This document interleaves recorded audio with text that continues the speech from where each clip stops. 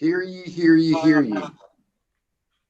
All persons having anything to do before the Honorable, the Justices of the Massachusetts Appeals Court, now sitting at diverse locations within and for the Commonwealth, draw near and give your attention, and you shall be heard. God save the Commonwealth of Massachusetts. Court is open. Good morning. Welcome to the sitting of the Massachusetts Appeals Court for June 8th. My name is James Lemire. The panel consists of the Honorable Sabita Singh and the Honorable John Englander. We have three cases that we will be hearing this morning. Each side is allowed 15 minutes. There's no rebuttal. The clock will begin once you start your argument, and we may interrupt you during your argument to ask questions and help us clarify the issues in our mind. The first case this morning is 2019 P1088, Deutsche Bank versus Sean Reilly. Attorney Strauss. Thank you, Your Honors. Good morning, Your Honors. Uri Strauss for the defendant appellant Sean Reilly. May it please the court. There are three things that the court needs to know about this case. First, the pooling and servicing agreement from 2006 does not contain any language of mortgage assignment. Second, the notice of foreclosure does not contain reference to any mortgage assignment except for the 2015 assignment from New Century to Deutsche Bank, which took place after New Century had forfeited its assets in its bankruptcy in 2008.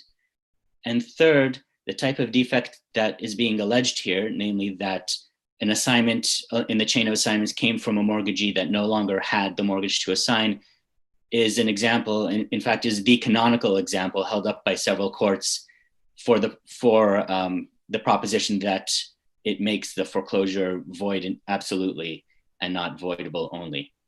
The bank is not disputing that in 2008, in the course of the bankruptcy, an order was entered during which New Century's assets, including all mortgages, were conveyed from New Century to the liquidating trust.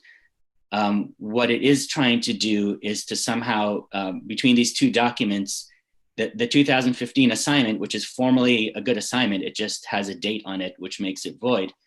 And they're trying to take the date from a 2006 securitization document, the pooling and servicing agreement, which is not in any way an assignment of a mortgage. So it's trying to take, a little from column A and a little from column B. Counsel, slow down for 1 second. I gotta talk about that a little bit. You say it's not in any way an assignment of a mortgage.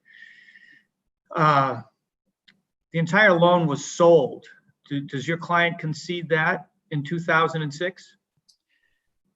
I don't think my client does concede that. We didn't make an issue of it, but the pooling and servicing agreement. An issue of it on summary judgment. Therefore, isn't it something that can be taken as true? I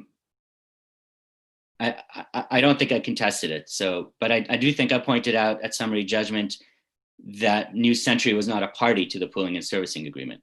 Did it have to be a party to the pooling and servicing agreement? It's certainly defined inside the pooling and servicing agreement. The loan appears to be on the list of loans that was sold into and transferred to Deutsche Bank at that time. Yeah, there's an affidavit and evidence saying that, yes. And it's an uncontested affidavit for purposes of summary judgment, correct? That particular part is uncontested, right? Yeah, I don't want to press you to admit to things that you don't want to admit. I'm trying to get to what the nub of the issues really is here. And I understand your issue to be that there was not an assignment of legal title to Deutsche Bank. Correct. So let's assume that there was in fact a transfer of the loan in 2006, and the loan included both the note and the mortgage, at least for equitable purposes. Are you willing to concede that, and does that harm your case, or would you still say, no, it doesn't matter? Well, I would not concede that because the mortgage itself was not assigned. There's not an equitable assignment of the mortgage without a legal assignment of the mortgage. When I distinguish And I Well, think when Deutsche the, Bank received, there's nothing in the record that tells me other than that when your client continued to pay from 2006 to 2007, that money was taken and sent to Deutsche Bank as trustee, right? I mean, and that's Presumably, yes. because Deutsche Bank had the loan. Yeah, and for the purposes of these arguments, I'm conceding that they have the loan. The problem is that they don't have the mortgage. And that's where all the formalities come in. That's why I mentioned Ibanez so much in the brief, and I'm sure I'll mention it a lot in this argument. Ibanez stands for the proposition that there has to be a separate assignment of the mortgage. It does not automatically follow the note. And the similarity extends to, in that case, there were pooling and servicing agreements in the record showing that the loan and the note were correctly assigned, but nevertheless, because the formalities of the mortgage were not met by the PSA, it could not be an assignment of mortgage. What would be the case that you would rely on? I assume it's your position that they cannot properly foreclose on the mortgage unless they've recorded an assignment of the mortgage in advance, that the assignment is actually of record. Is that your position? That's my position, and I don't have a case for it. That was a statutory amendment. It's in the text of the statute of Chapter 244, Section 14, last paragraph. Chapter 244, Section 14 says that. When was that enacted? It was enacted in 2012, and it had an effective date of November 1st, 2012. And here the foreclosure took place in 2015 or 16? 16 or 17. Okay.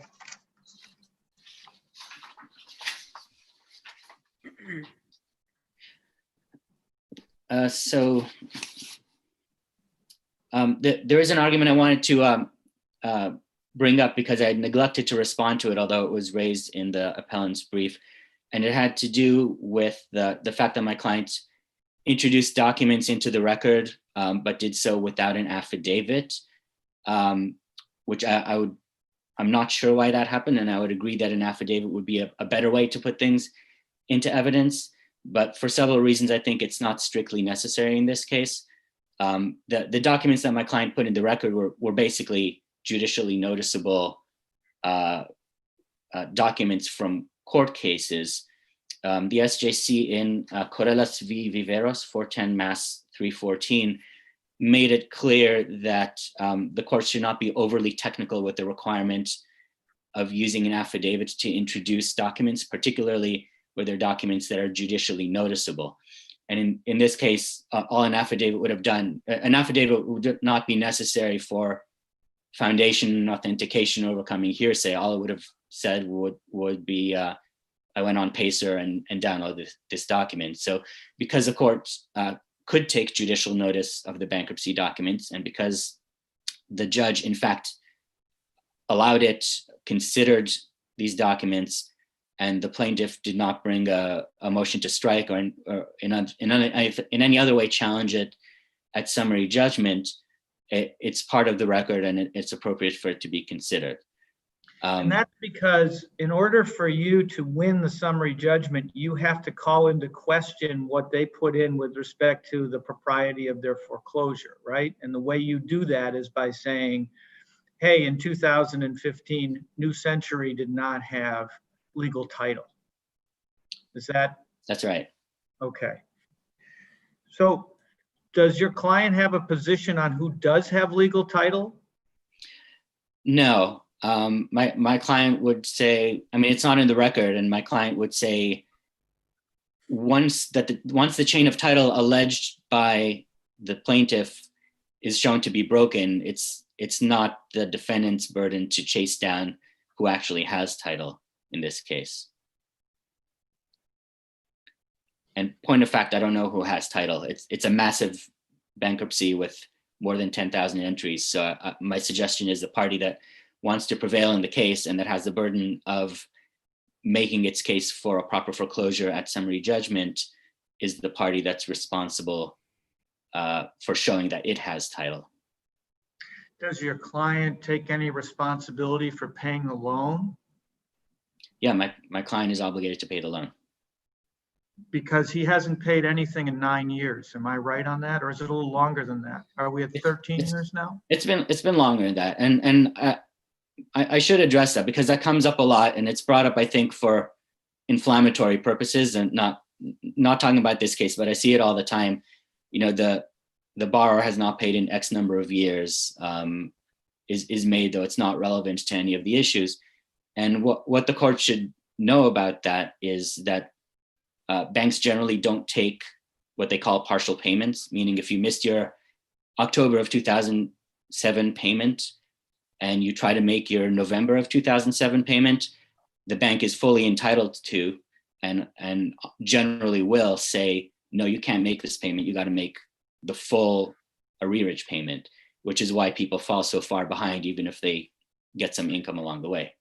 So I'm not bringing it up for inflammatory purposes. I'm bringing it up to try to understand the full scope of the facts here. And if your client hasn't paid in 13 years, I think that's something that we ought to be aware of. Are you representing to us that he's tried to make payments and he hasn't been able to? I'm not representing that. It's not on the record. And in point of fact, I don't know. I entered this case very late when it was in summary judgment, and I've not explored the full range of facts. But I know that there was a bankruptcy, and I believe there were attempts to do a workout. Right. And I would double down. My understanding from the record is the reason that the workout didn't, or the reason that the bankruptcy failed is because payments weren't made. But that's all that's in the record from before us.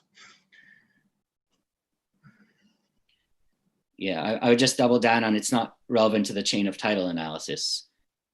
Nobody's suggesting that there's a party other than Deutsche Bank that should be receiving the payments.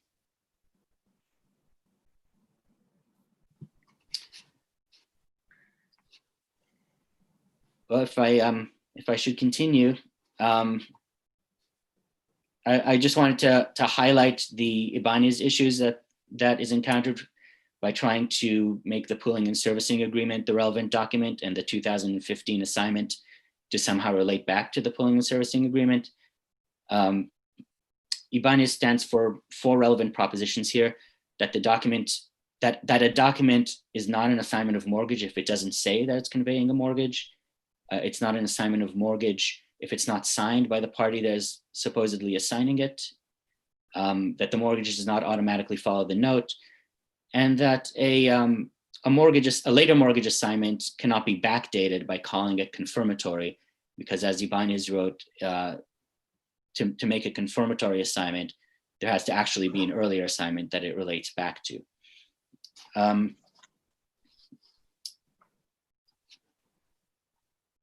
Again, I wanted to highlight that, well, I think we talked about the fact that since Ibanez, but before the foreclosure in this case, there is now a statute that requires the notice of foreclosure to refer to any assignment, and the 2006 pooling and servicing agreement is not referenced in it. Is your brother right, though, that you didn't raise the propriety or the acceptability of the notice in your opposition to the motion for summary judgment? Strictly speaking, yes, but after the opposition, there was further briefing, and it was raised in I think it was called a surreply. In my reply on appeal, I referenced the specific places in the record appendix where the issue was raised. So you raised the propriety of the notice in a surreply brief on summary judgment? Correct. The judge requested further briefing at the hearing, and both parties filed follow-up briefs in which I specifically referenced that argument. And geez, I thought I read everything. Was there a response to that? I don't think so. You know, I don't think I do have the surreply right here. Okay, I'm sorry. Yeah, I could tell you. So is chapter 244 that you cited to us, is that related to having to include the assignment in the notice itself, as opposed to anything that says specifically that the assignment must be of record for purposes of a foreclosure to be valid. It says both of those things. So it Says says, both. Okay. yeah. It says for the purposes of this section, namely 244, section 14, and chapter 183, section 21, if the mortgagee holds a mortgage pursuant to an assignment, then one, at the time the notice is mailed, an assignment or chain of assignments, ... has been duly recorded in the registry of deeds. And then subpoint 2, the recording information for all recorded assignments is referenced in the notice of sale. Thank you. Just so it's clear, the SIR reply is in the appendix. It is at 551 of the appendix. Thank you. Thank you. I was struggling to find those numbers, Your Honor. I see that my time is up. It was raised in the SIR reply, but not, it was raised in the SIR reply, but not in the reply, correct? I don't remember off the top of my what head. I'm getting at is that was the first document. Yeah, so it was not in the opposition, which was prepared pro se. It was in the first thing that I submitted as an attorney, which was, I think, it was a reply or a SIR reply. I don't remember, but It's entitled Defendant's SIR Reply to Plaintiff's Motion for Summary Judgment. thank you. It was the first time I, as counsel, was able to put my theories in, and certainly as a responding party, that I think that was an appropriate time to raise it. Thank you, Mr. Strauss. Any further questions of the panel? All right, there being no further questions, Mr. Williamson? Good morning, Your Honors. May I please support Attorney Chris Williamson for the appellee.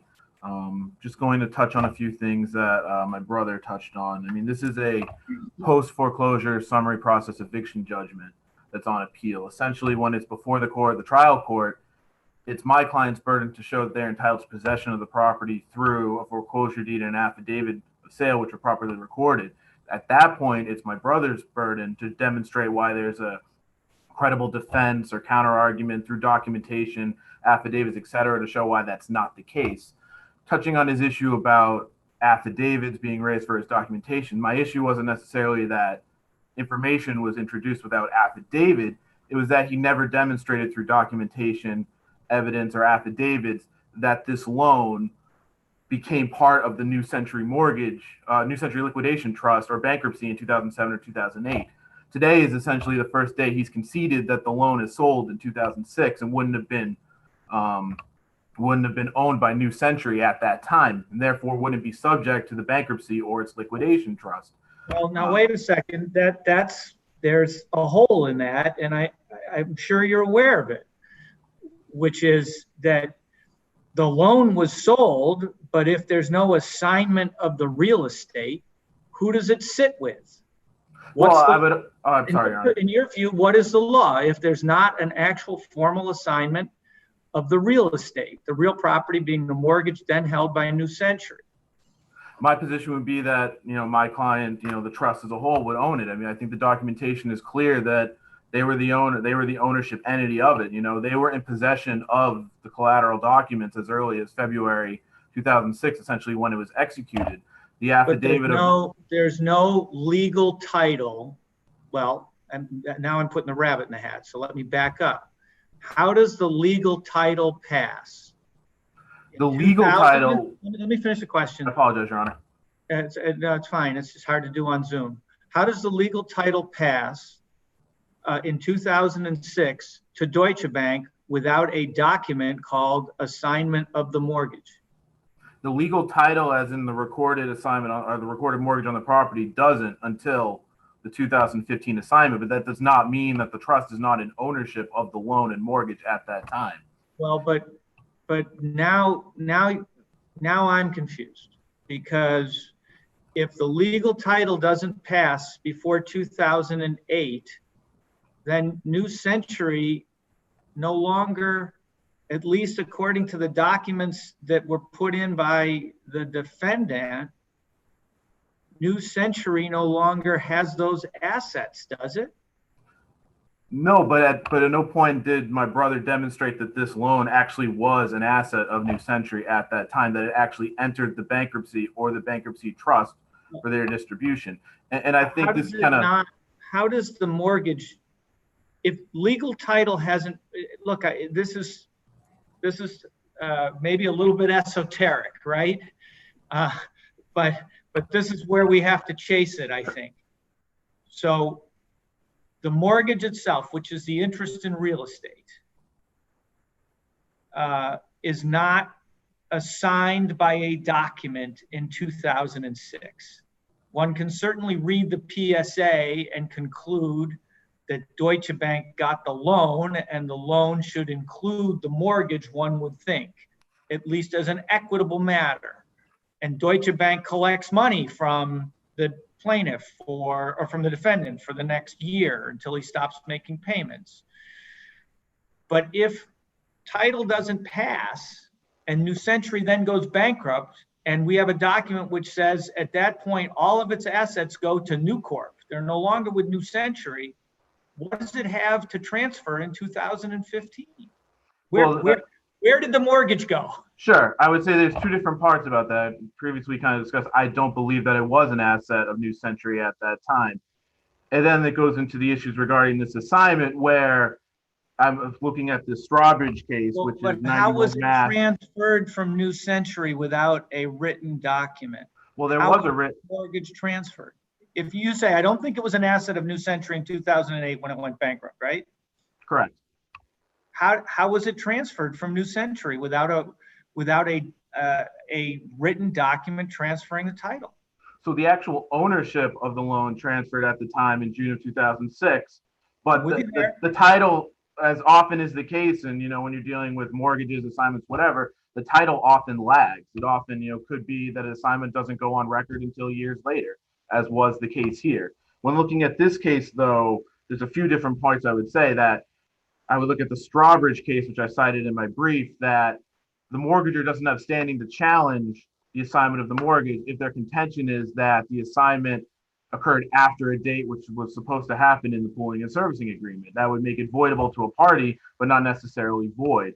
I would also cite to the cases that I show as argument. If New Century never transferred the title, then it never went to Deutsche Bank. Do you agree with, if there's no written document from New Century that transfers the title, that transfers the mortgage, then it never left New Century?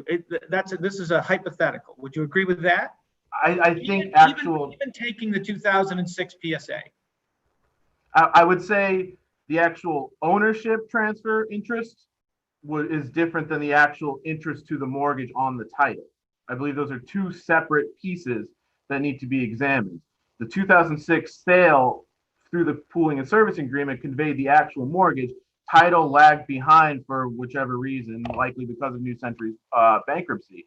But as the confirmation orders which came out in that, they were allowed. What would you rely on to say that the mortgage transferred with the PSA, even though there was not a written document transferring the legal title at that time? Because legal title is separate than actual ownership. It's divided. Often the legal ownership as shown on title doesn't necessarily reflect where it are. It happens all the time where a mortgage is sold to another entity, but the assignment doesn't catch up until later for whichever reason, as was the case here. In this case, Aquin had the power to that's all fine as long as when it gets assigned, the person actually owns the mortgage. But when there's an intervening bankruptcy and apparently a change in the assets that are transferred out, then you got a problem, don't you?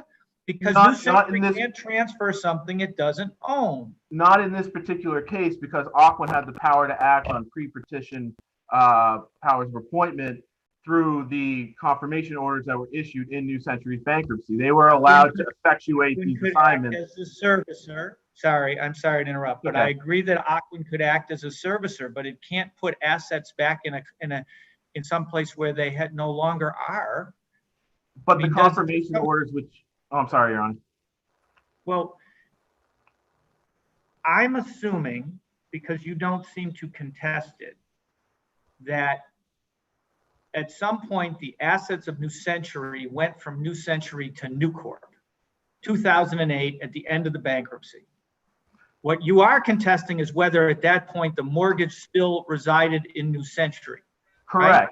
Correct, Your Honor. And I don't believe my brother has provided any documentation that it was a part of the assets of New Century that went into the bankruptcy. But And that's his burden to show in summary judgment. My client simply has to show that they're entitled to possession of the property. If his position is that this was an asset of New Century when it entered the bankruptcy and therefore it couldn't happen, he has to demonstrate that fact, which he hasn't done. Whereas my clients have provided affidavits and documentation which demonstrated that the loan sold in 2006, but that the assignment did not catch up until later.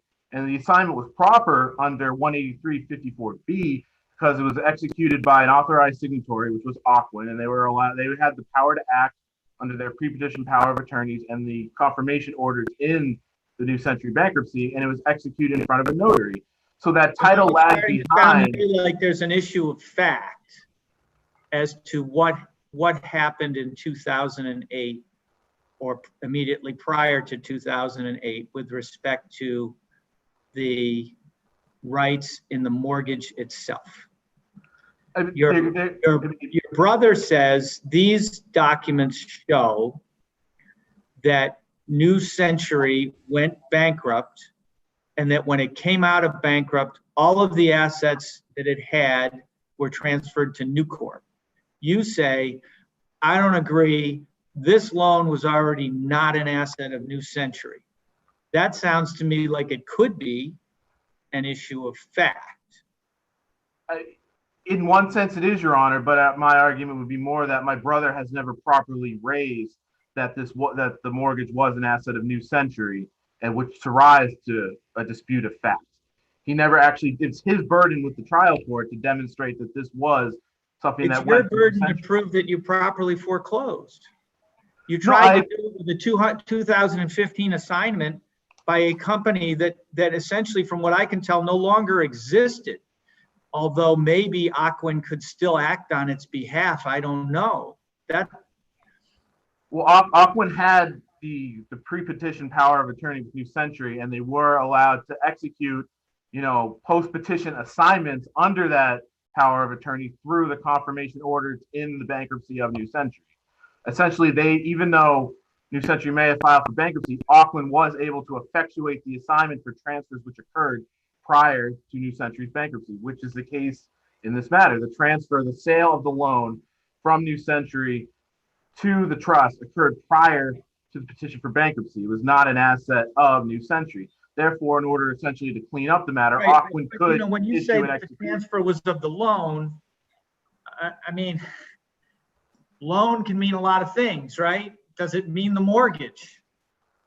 It means loan typically would be, when I draft. Well, there's actually a definition in the PSA, and it doesn't say mortgage, although one would infer that the mortgage went with it. And I don't think my brother could correct me if I'm wrong, but I don't believe there would be any implication that the mortgage is not what they mean when they say the loan. It's the interest. The loan, typically, as I refer to it, whether it might be different than what's in it, would be the mortgage and the note as a whole. The entire obligation to repay. Well, one would think that would be a good way to write it, but that is not actually how they wrote it. Although I'm not saying to you that I would read it that the mortgage didn't go as part of the contractual obligation, because it doesn't seem to me to make a whole lot of sense that you're selling a loan and you don't also sell the mortgage, unless you explicitly hold it out. But I looked at the language and I struggled to find an explicit reference to the mortgage. Unless my colleagues have questions, can we switch to something that your brother was talking about? If I may, Your Honor, I understand we only have a few more seconds, but just one quick thing. I would just point the court's attention to the Liza case out of Hawaii. That case, again, dealt with the New Century bankruptcy, and that court held that, and I don't believe it's necessarily the case, but just in arguendo, if the mortgage was an asset of New Century and as part of their bankruptcy, an assignment out of the liquidation trust would render the assignment voidable to the trustee, the liquidation trustee, but not to the mortgagor or void as a matter of law. I understand that point, but I'm stuck on the notion that if you don't have the asset, you can't transfer anything. And that sounds to me not like it's voidable. That sounds to me like it's void. Well, If New Century lost if the asset disappeared from New Century and went to New Corp in 2008, and it had never actually been assigned properly, at that point, I don't think that you can create a document which transfers something you no longer own. That sounds to me like void, not voidable. I would disagree, Your Honor. I would say that the loan mortgage as a whole was sold and transferred to the trust. I understand we're rehashing. Sold in 2006 to the trust. The assignment merely just didn't occur at that time and happened later down the line. This is really just a matter of the actual. Let me ask this. So if the loan, and by the loan I'm referring to the note, is transferred in 2006. Correct, Your Honor. And it appears from my experience in reading these cases that oftentimes the mortgage is not simultaneously transferred. So at some point, New Century is in a bankruptcy and says, we've never assigned a mortgage. We have the mortgage assignment for that loan that we've already transferred, and that becomes an asset of New Century. Is that where it could be assigned through the bankruptcy? Potentially, but at this point, the only interest that New Century has is the title on record to the mortgage. They don't have any actual ownership interest in the mortgage, just merely the interest in the mortgage as it shows up on the record. Well, in other words, the mortgage is the lien on the property. Correct, but they don't. They don't own the loan. They don't own the loan. They don't own the note, so they're not collecting on the note. But the lien is still in their name.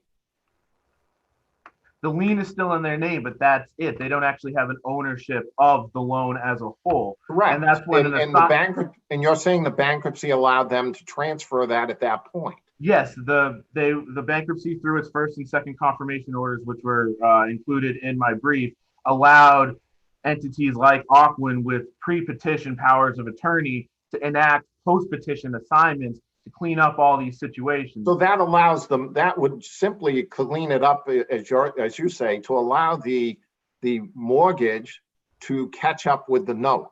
Yes, Your Honor. The assignment in 2015 is merely catching up to the transfer that already occurred, the sale in 2006. And if there's any impropriety, under the Strawbridge type case, it makes it voidable, not void.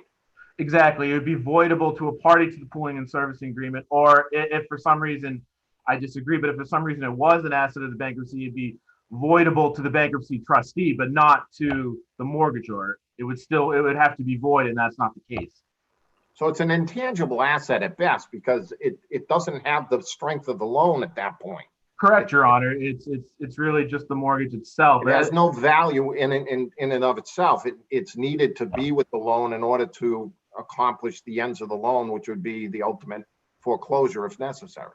Correct, Your Honor. The law is pretty clear in Massachusetts. I didn't discuss it in my brief, but oftentimes the mortgage and note split and have to be reunited, prior to foreclosure. I think the documentation produced in my brief, which goes back to summary judgment, is quite clear that the note was essentially in possession of the trust a matter of days after the actual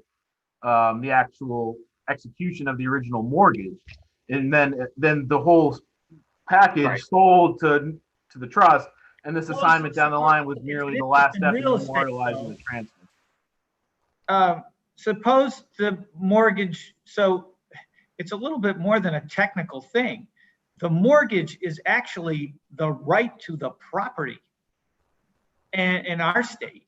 And so suppose the person holding the mortgage transferred it in the meantime to somebody else, then what? Well, then we would have been stuck in probably a prior suit in this action where there would have been a contested assignment that would probably would have been the assignment to a bona fide purchaser, the assignment to a bona fide purchaser at that time by the person who actually held the mortgage would have been valid against anyone, right? I disagree because I think it would be tough to have a situation where there'd be a bona fide purchaser when they can't also transfer over the note or anything else like that. The note would have separated, and there would have been an issue. I think that would have been a situation where, and I see it in my practice, where there probably would have been a missing assignment, and my client would have had to bring a case, and they would have to demonstrate the loan sold in 2006. All this happened. We're entitled to an equitable assignment from the court. That did not need to happen here because of the pre-petition power of attorney that Auckland had and its ability to act under the confirmation orders. I know you've gone well over. I think Judge Englander, you were hoping Mr. Williamson, to address another issue. Is that still your? Yeah, if you don't mind. No, not at all, Your Honor. We'll give him ample. Well, I'm actually asking Judge Lemire, but in any event, does Chapter 244, Section 14 say that you have to, in order to do a foreclosure properly, the assignment has to be of record? Yes, Your Honor, but I feel where the issue is with my brother's position is not that, our readings of the statute are different.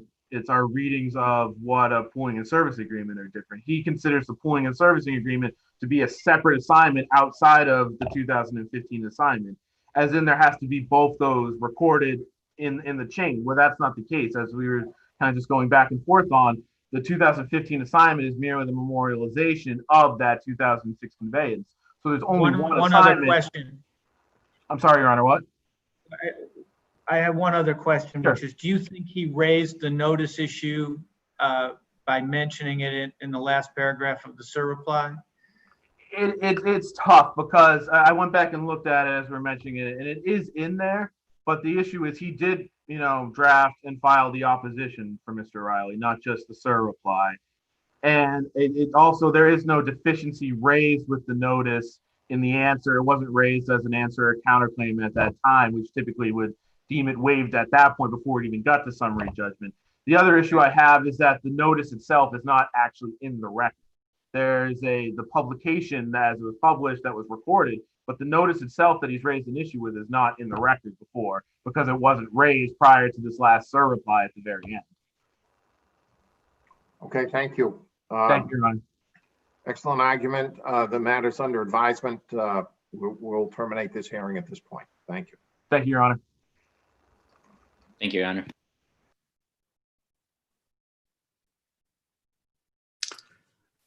All right. Good morning. Good morning. Hold on one second. I'll just call the case.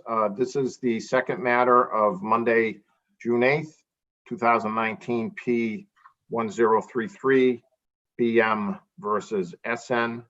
Attorney Curran. I just remind you there is some impounded information, and just be careful when you're making your argument regarding any impounded information. Yes.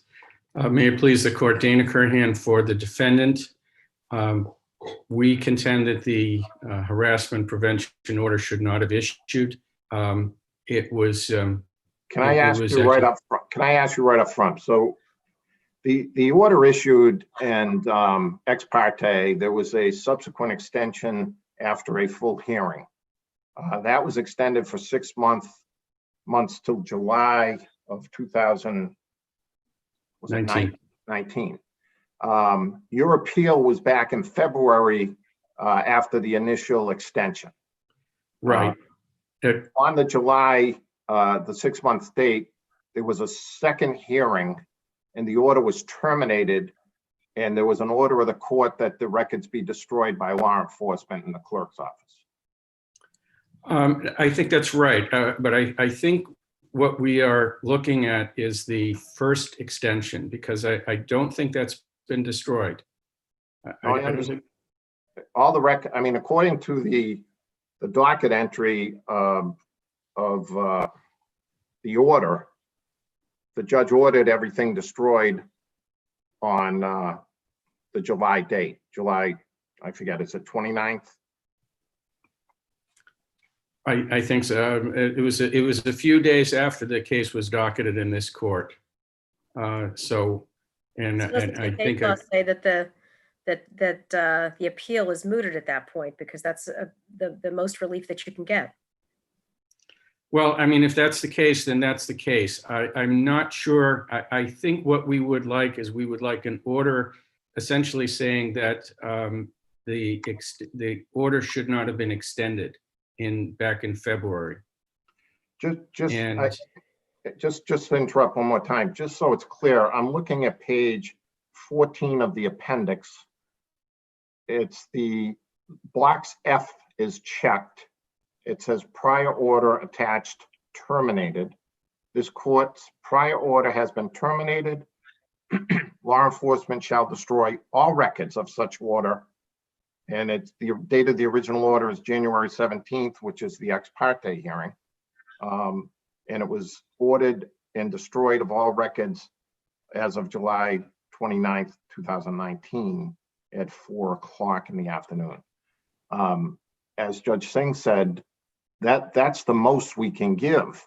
You're not alleging fraud on the court, correct? that's correct. And I think there's a number of cases, Allen versus Allen, one of them, a lot of them deal with 209As, but the same law applies to 258Es that says the matter could be moot at that point. Now, if it had simply expired and not been terminated, it would not be moot. And there's case on that as well. But the way I see this is it's a potential dismissal as of a moot issue. Do you understand? That may be right. My concern is that I don't want to agree to a dismissal of the appeal as moot if there's any possibility that the first extension can come back to haunt her. Well, in other words, it's listed in the registry by the Commissioner of Probation. That we can never expunge unless it was by an order that was fraud on the court. Right. That's my understanding of the law. But a termination or a vacating of an order simply removes it from the records of the police. Any law enforcement shall destroy all records. So it's my understanding that any record relating to this order has been destroyed by law enforcement.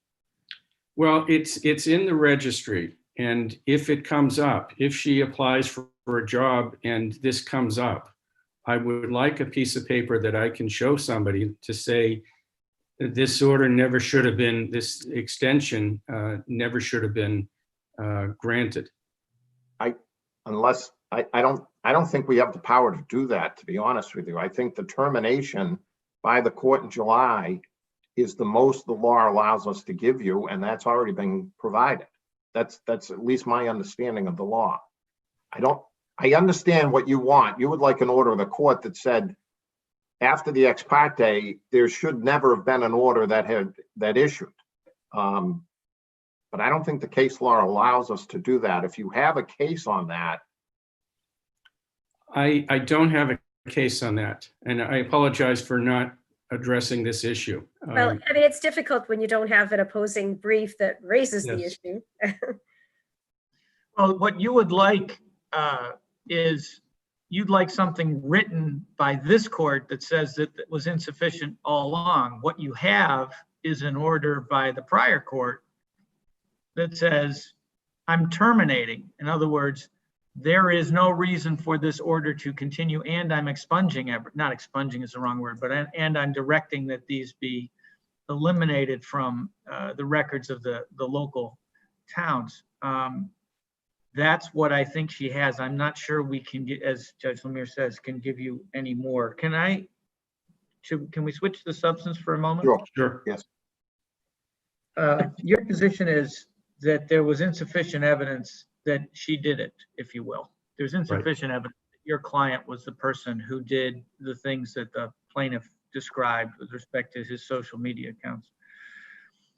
Your brief does not mention the colloquy at the end of the hearing where the plaintiff explicitly points out that in his view, there was a record that your client was involved because the recovery password was put in, I believe, to a Yahoo account, was your client's, was associated with your client. And the judge picks up on that, and that seems to be the driver of the judge's decision. What do you say to that? Well, maybe I'll just leave it at that. What's your response to that? Well, she testified that he had some of her passwords, some of her account passwords. He had it. And there is also no indication as to what that password was. If it was something unique, that might be a problem for us. If it is 1, 2, 3, 4, it might not be. The other thing is that it is quite possible to for somebody to remotely hack something without the person's computer picking up on that. I think that's. But I'm sorry, so you're saying that the inference that should be drawn was that he manipulated this thing, rather than the inference that the judge apparently did was that these were directed to her, that she had requested the password change. Well, I mean, I don't think we can tell. I think that's the point. And that's what Purdy says. The McMahon case that said last week, that came out last week, I think says you've got to do some kind of authentication. And there's got to be something like IP addresses, because it's possible to spoof somebody's identity. And he did not, the police asked him, do you want us to check out the IP addresses? And he said no. So I don't think. Well, that's not even required. That's not even required. There's not even required in criminal cases a forensic analysis of what actually occurred. Reasonable inferences can be drawn. And here we're dealing with a harassment prevention order, not even a criminal case. Well, I think there's a series of cases that McMahon and Purdy and some of the other cases cite that say it applies both in criminal cases and in civil cases. Both under Is the this an authentication issue, counsel? Or is it, as Judge Singh is implying, really just an inference issue? He testifies to the following. She had access to my home. I had a notebook. She had access to my phone, and she admits that she had access to the phone at least years before. I had a notebook that had my passwords in it. She had access, and then all these things happened, and one of the recovery passwords was hers. What do we need to authenticate? Well, I mean, I think we need to authenticate. I mean, looking at his phone in 2016, 3 years before this all took place, really doesn't tell us anything. You go onto somebody, you pick up somebody's phone and you click on Facebook and it automatically logs in. What you need is the passwords and the usernames. Now, what he says is those were in a notebook that I kept in my house, and she must have found the notebook and she must have copied these things and done this. And all he says is, I believe that. He doesn't exclude anybody else. He doesn't exclude the possibility of somebody else accessing this. It's just that's his theory. And what is the recovery password from Yahoo? If it was something unique, we don't know what it is. He didn't say. But if it's 1, 2, 3, 4, A, B, C, D, something very common that a computer bot could put in, that doesn't tell us anything. So I think it is an authentication issue. Were those issues raised? I'm sorry, Judge Engliner, go ahead. No, go ahead, Judge, sorry. Were those issues raised at the second hearing in July?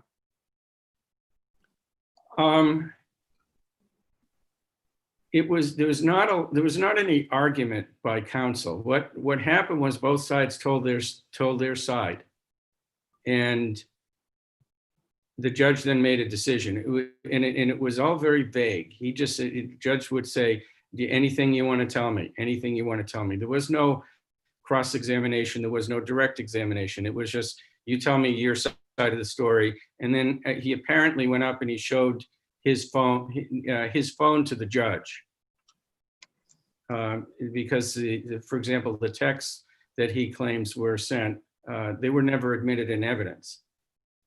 And there's a prior order at the initial hearing saying that he's allowed to bring in his phone at the extension hearing. So I Right. assume that he showed the phone. And No, that but was, the Yes. July, the date that the order was terminated, is it, what occurred then? Because the transcript doesn't cover that. I'm not sure. That was, and that is that is following the entry of the case in this court. No, I understand, and I was just wondering if some of those arguments were made at that point that resulted in the termination. I can't tell you one way or the other. All right. So we don't have a transcript from when the order was terminated. No, we don't. The appeal was taken shortly after the initial extension. The extension was January 28th. After that was the ex parte, then the extension was January 28th, and then there was an appeal filed like February 25th or something of the Right. extension. Ultimately, before this appeal could be heard, the July hearing on the extension terminated the order, which is, we had that discussion earlier in your argument as to what the result of that may be. But I just didn't know if in July those arguments were made and that's why the termination entered. I didn't know if you knew, but that's fine. I don't know. I'm in communication with trial counsel, and he probably told me, but I don't remember at this point. It's really beyond the scope of the record at this It point, is. I suppose. So I don't mean to belabor it. Anything further, Mr. Curran? No, the only thing I want to say is that the texts themselves, I think they were never introduced, but there's no indication of any kind of hostility.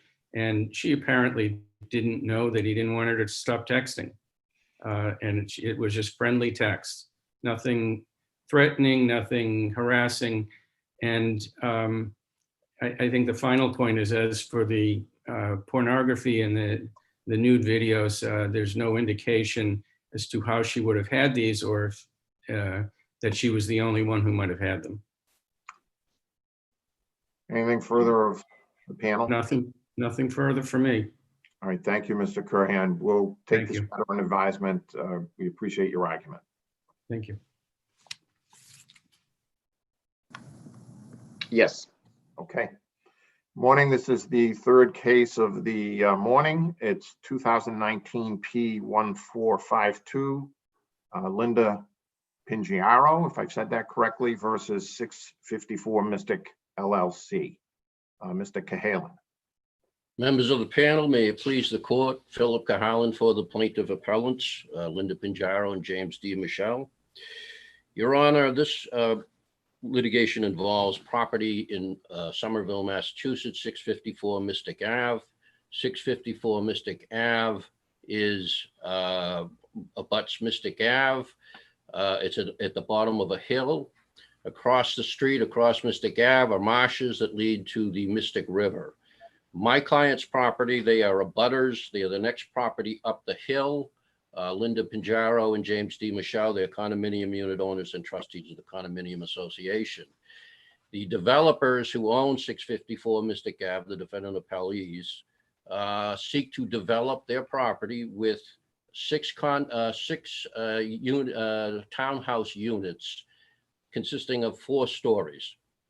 Their property currently is carved out of the hill, and it's nearly level with Mystic Ave going back to the back property line, which the property line with my client's property, where there's a retaining wall holding back the hill. And it's about a 10-foot difference in grade from their rear property line to their front property line.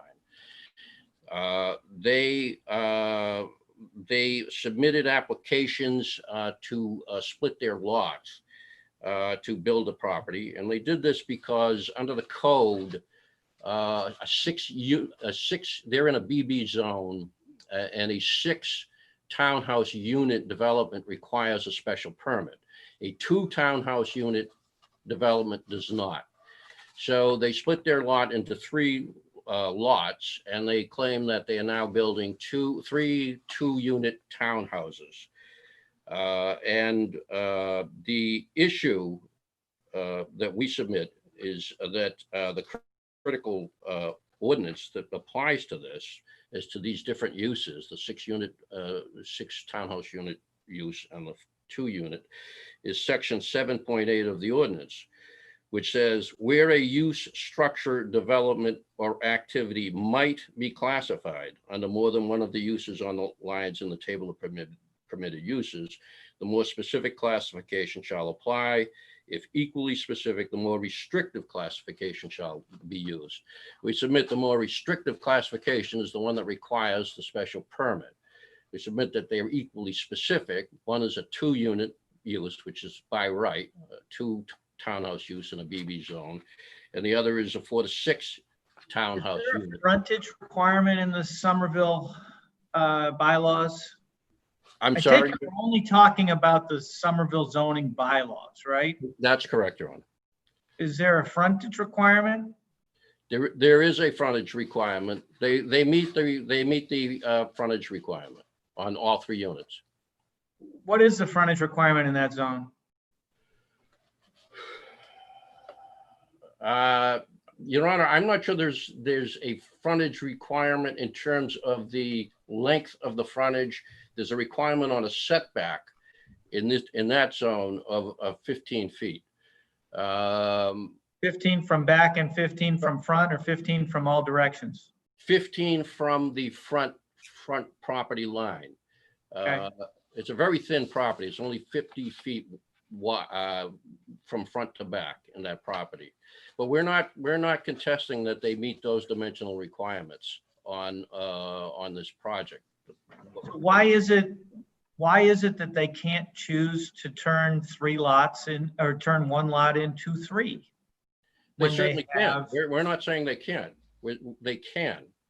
What we're saying is that under this provision, you can look at this as a 3 lot. You can. We're not saying that you can't look at this as a 3 lot, 2 units per lot.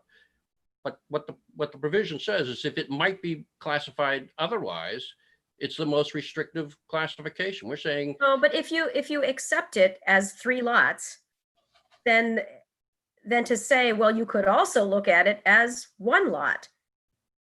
well, whether you look at If you accept that it's 3 lots, then each lot appropriately has a townhouse on it, 2-unit townhouse, not requiring a special permit. Yes, but you can also look at this as one development, because that's what the term is used in the code, one development involving 6-unit townhouses on the property. This is one developer, one owner, one development. They're building 6 townhouses. What the code says is if a development may be viewed as a 6-unit development, then they need a special permit. And we're It may be saying, viewed, but it's maybe viewed by the zoning board at that point, correct? It's not like any citizen could view it that way. I mean, the zoning board did not view it that way. the zoning, but the zoning board is limited to what their own code says. Their own code says that uses these terms. It uses the terms, it might be viewed as a 6-unit townhouse. Why does it use the words "it might be viewed as"? You're relying on 7.11, the table of permitted uses, right? Well, That's a use. the word might be used is in section 7.8. And that refers to section 7.11 as the table of permitted uses. 7.8 is the provision we're relying But on. that's, use is,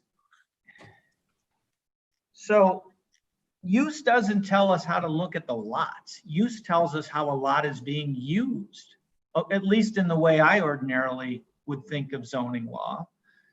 And isn't the first question whether or not these are separate lots? And then you ask the question, how is the lot being used? No, Your Honor, I don't believe so. Because lot, and that's at the center of this, lot is not in the definitions of structure, which is the specific term used in section 7.8. Lot is not used in the term of structure, building, or development. So those terms which are defined in the code and as used in section 7.8 don't incorporate the use of the term lot at all, or the concept of lot as a structure per lot. The definition of structure is extremely broad. Section 2.2. Right, but it's all under the table of permitted uses. Yes. 7.8, 7.11, they all have to do with use. They Use all have of to do what? with use, and use is principal use. That's also defined under the Use code. of what? If I'm trying to construe what they're talking about, I would ask the question, what noun is the verb use acting on? And I would think it's acting on lot, but maybe I'm wrong. Yeah, they say in it that it refers to the principal uses of property. Principal use is defined in the code, and it's not defined. The principal use is defined as the main or primary purpose for which a structure, building, or lot is designed, arranged, licensed, or intended. In other words, principal use can be the lot, but it also, you're looking at the structure. It says or lot. It's a disjunctive. So you're not Okay. you're not looking. What were you just reading from so I can catch up with you? Where were you reading that? That is section 2.2.128 of the. It's in the definitions. These are all relying on the Thank you. definitions in the code. But why, even under that, why wouldn't that all apply to each structure on each of the 3 lots, each building on each of the 3 lots? It can, but what we're submitting is they have the burden of proving that to avoid this provision, they have the burden of proving that it could not be viewed as one structure. It could not be viewed as one development. It could not be viewed as one building. And we're submitting they can't bear that, and they certainly didn't bear that burden on their motion. Say they have that burden because of 7.8, because this could fall into more than one classification. Correct. Yes, Your Honor. That's the way to read the zoning bylaw in toto. So what do you then say to the land court judge's take on this, which is if there's ambiguity in the bylaws, then there's deference due to the folks who are closer to them and construe them all the time, i.e. the planning board. Okay, I think he found that with respect to our second argument, which was, well, the height issue. But with respect to that, I don't think there is ambiguity with respect to this provision. I think that this provision uses the term might be, and that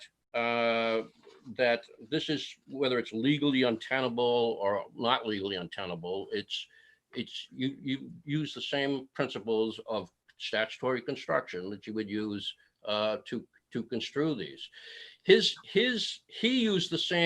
had the same take on this argument and on this issue is that you've been questioning me about. He tied this into a per lot basis, that you look at these uses on a per lot basis. And what we're submitting that's the error. That's not how the code is written. That's not how these definitions are written. They're tied one way it's written, even in the way you read it, lot is included in it, but so is structure. That's what you'd say, right? They're both there. Right, and the way that's written. Isn't that an ambiguity then in terms of trying to figure out how to construe it? No, I don't believe so, Your Honor, because you're saying buildings or is a disjunctive, and so it's giving you these alternatives. It's clearly these alternatives of what you're looking at to apply these principles to. I think that's intentional. That's fairly basic construction. It's not ambiguous to use a disjunctive in describing a legal concept or a legal entity. It's pretty evident. It's done on purpose. It's done so that you're not limiting yourself to lot. I think it's written to do exactly that. If you look at all of these definitions, none of them tie into lot. Structure does not tie in to lot. Structure is defined at 2.2.159. Building is not tied into lot 2.2.21. Structure is defined as any constructed, erected, or placed material or combination of materials in or upon the ground. You couldn't get any broader than that. And that does not limit structure. Under that definition of structure, there's no question a structure could be across multiple lots. It could be, it's not tied into a particular lot. So so if you follow through, it's pretty comprehensive. What I take from that, and maybe I'm missing something, is that the planning board could, this is what I take your argument to be.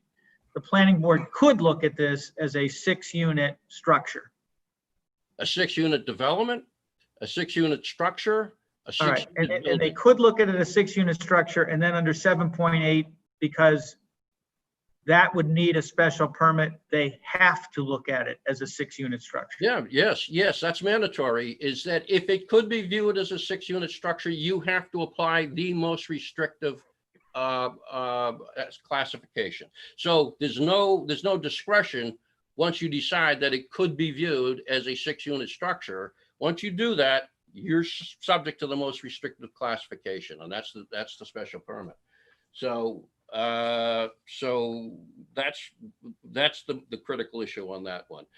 On the height issue, we're running out of time, but that boils down to the very simple question of which measure of the finished grade do you apply to this property.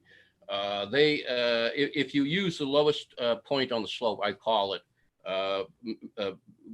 measurement, it's a 4-story structure, and it violates the height requirements of the code. Again, the critical provision is the definition of finished grade, and it defines the 2 methods that you use under the code. They use the method that allowed them to do this, that qualified their garage as a basement. We're saying they should have used the lowest point on the slope method. And the two is the language in the code says the average finished ground line adjoining a building at all exterior walls. That's the method they used. The lowest point on the slope method is when the finished ground level slopes away from the exterior walls, the reference plane shall be established by the As succinctly as you can, what is your position as to why on this lot, when it's finished the way it's shown on the plans, the ground will slope away from the exterior walls? If you look at the building as a whole to the slope, there's no question there's a slope to that land of at least 10 feet from back to front. If you look at the building in relation to the slope as a whole and not as to individual walls, that's what their illustration clearly shows, that is to aid to guide. That's how you look at it. You look at any of their plans, there is clearly a distinct slope in relationship to this building. Well, let me make sure I understand the argument. There's no slope away from the back wall, right? That's the plans show a flat property from the back. Right.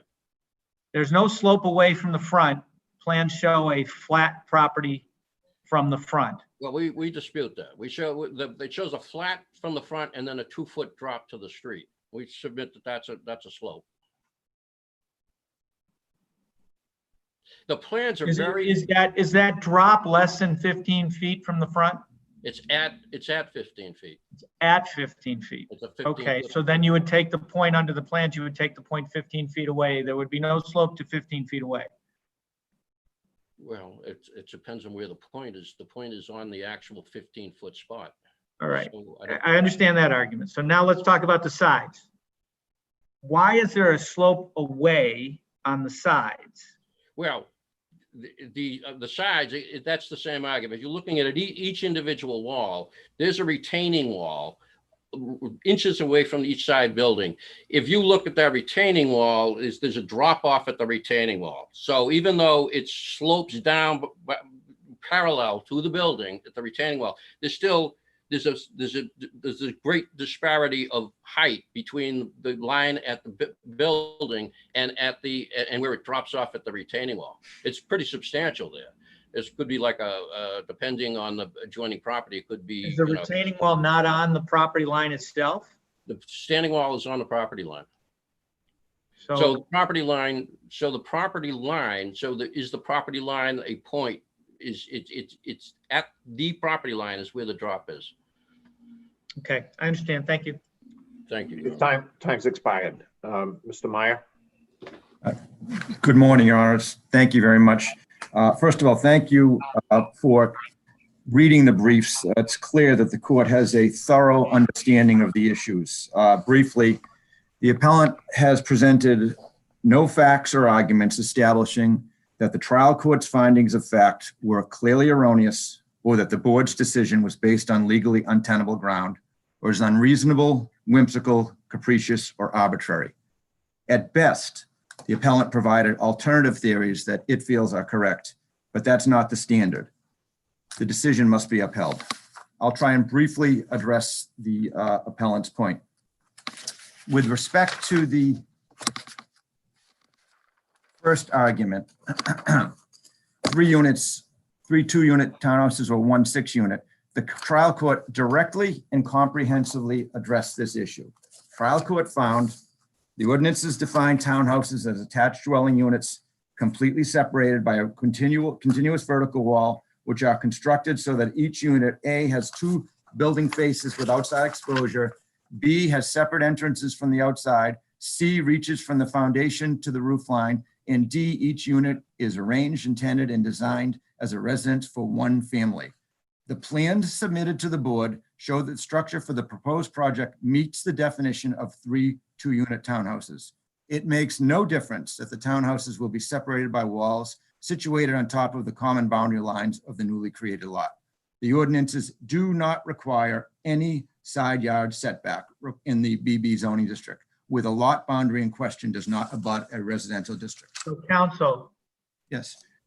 why is your brother wrong when he says you could look at this as 1 6-unit structure? I mean, in sort of the common parlance of what we've grown up in, there's 1 roof over these 6 units, basically, right? Yes. Why is he wrong when he says you could look at this as a 6-unit structure and under 7.8, you therefore must look at it as a 6-unit structure because you would have a more restrictive application of the bylaw, you'd have to get a special permit? Because that would result in a drastic judicial rewriting of this ordinance and contradicts well-established law that calls for deference to local boards' homegrown knowledge about the history and the purpose of the ordinance. Their argument, if adopted, would preclude 2-unit townhouses and 3-unit townhouses. And more specifically, it would be tantamount to requiring a side yard setback. The ordinance does not I require. don't understand either of those things, so you're going to have to lead me through it. Sure. Why would it preclude 2-unit townhouses? His argument is simply, these 3 2-unit townhouses are all connected, and therefore it must be looked at as 6 units. That doesn't preclude somebody from having 2 units, and it doesn't require them not to have side yard setback, does it? It just says when you do it this way, it's 6 units.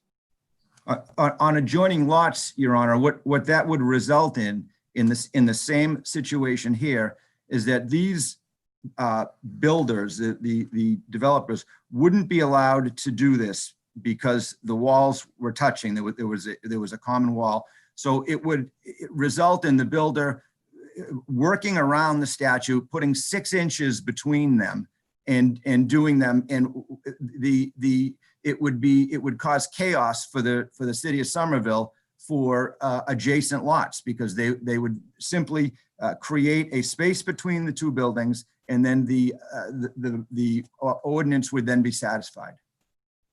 Well, it's not as though they couldn't do it. It's just they may have to get a special permit to do it.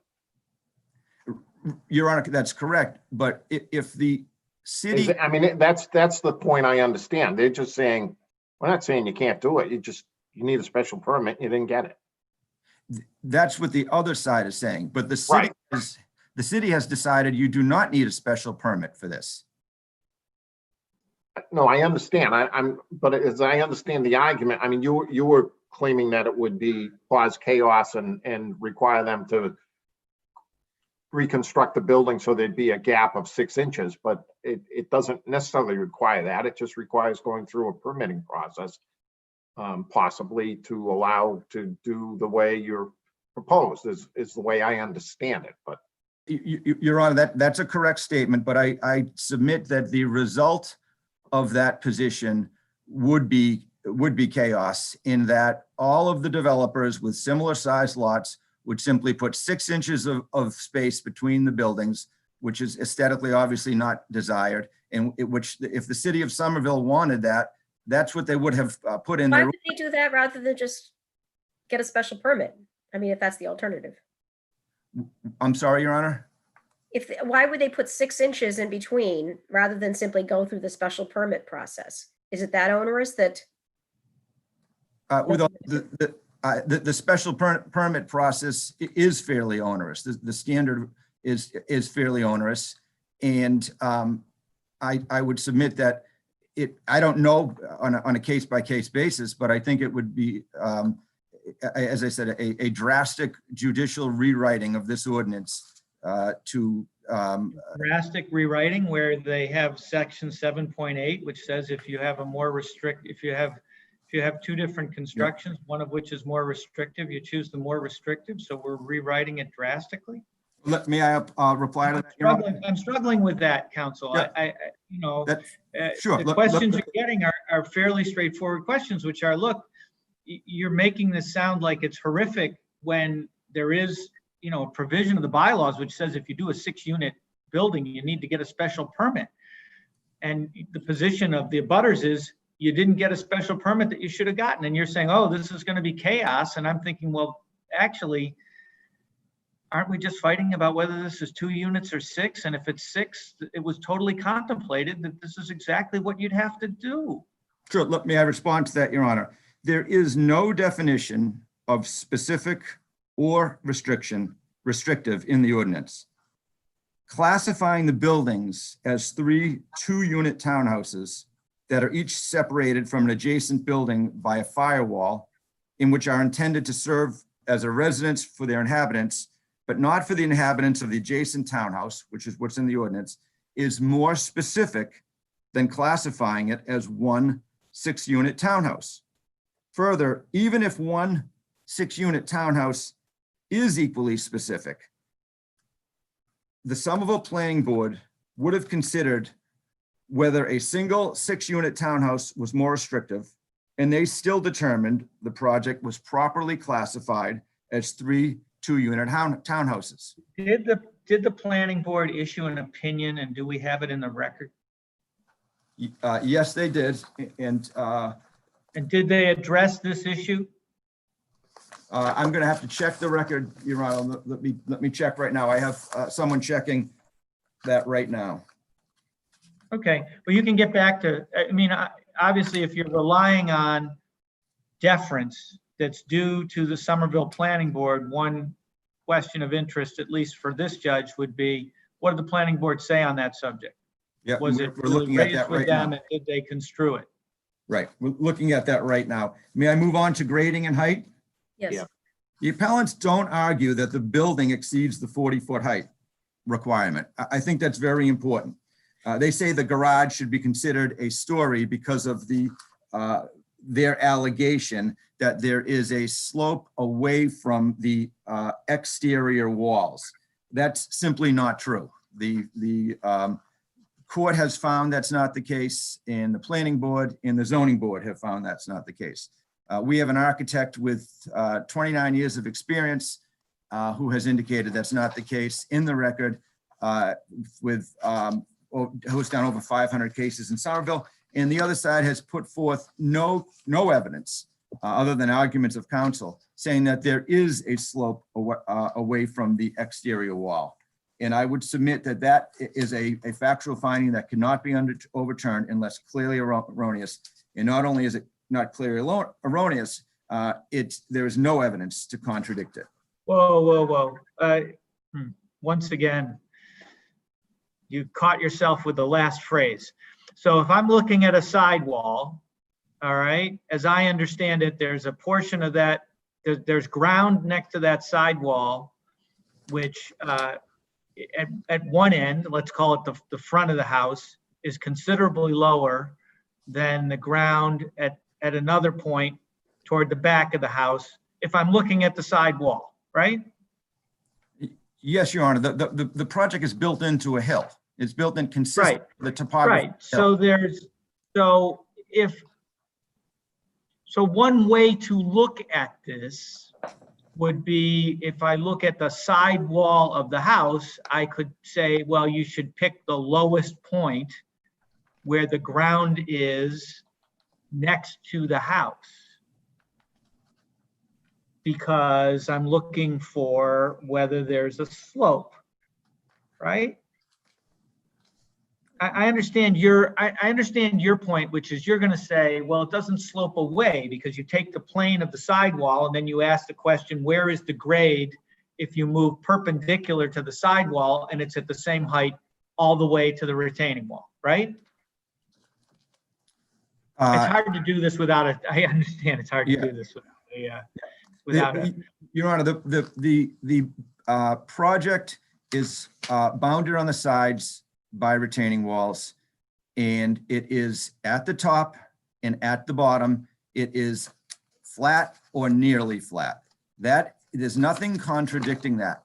The ordinance is clear. It requires, in order to use the lowest point method, it requires that there be a slope away from the exterior walls. Yeah. And you wouldn't go, you say you have to go perpendicularly to the sidewall, because if I decided to draw a line on, if I was looking at the sidewall, say I was 3/4 of the way toward the back, and I decided to draw a line that wasn't perpendicular. Instead, I drew a line that was toward the front of the house in any way, that line would have a slope away from the sidewall. Do you follow what I'm saying? I'm sorry, Your Honor. Your argument is dependent on saying that you have to draw a line directly perpendicular to the sidewall. And then if you do that, then it doesn't slope away from, because the grade is the same all the way to the retaining wall.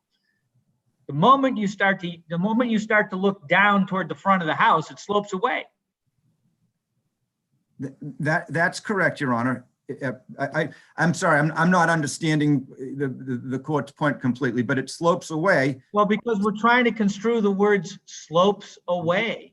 Your argument is dependent on the words slopes away. And you say at no point does it slope away from the house. But that, when you're talking about the sidewalls, that argument is dependent on the assumption that you draw your line perpendicular to the sidewall. I'm sorry, if I'm too obtuse, I apologize. I'm sorry, Your Honor.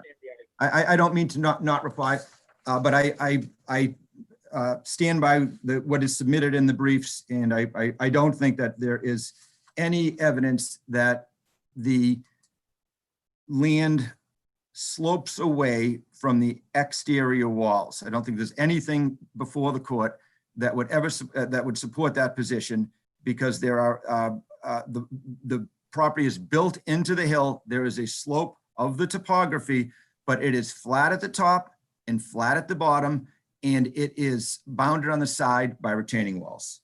Counsel, could you just point me to the best, there are a number of illustrations, the best illustration in the record that supports that point? Yes, I can. A021, and that is the zoning grade elevation, and it is, I will get you the citation for that momentarily. While you're looking, the planning board decision is in the appendix 2 at 311, page 311. Okay, and the zoning board's decision addresses the appellant's premise is false. The BB zone has no dimensional requirements for side yard setbacks. Therefore, distinct and separate structures containing one or more dwelling units each may touch each other at the property line. The property lines literally run through the right or left sides of each of the structures. There is no special permit required. There are 3 legal buildable lots that have been created through a series of lot splits, each of which was approved to contain 1 townhouse structure containing 2 dwelling units. The approved townhouses are allowed without a special permit as indicated in the use table and associated discussion above. That was from the planning board opinion. Zoning board opinion. That was the zoning board. Anything further from the bench? The plan, Your Honor, it's appellant's brief A:4-161, which is the zoning grade elevation.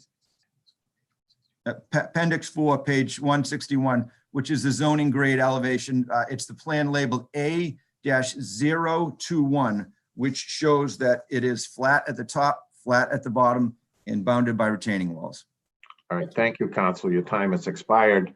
There being no further questions, we will end this argument. Thank you both for well-presented arguments. The matter is under advisement. Thank you. All set, Matt. Thank you.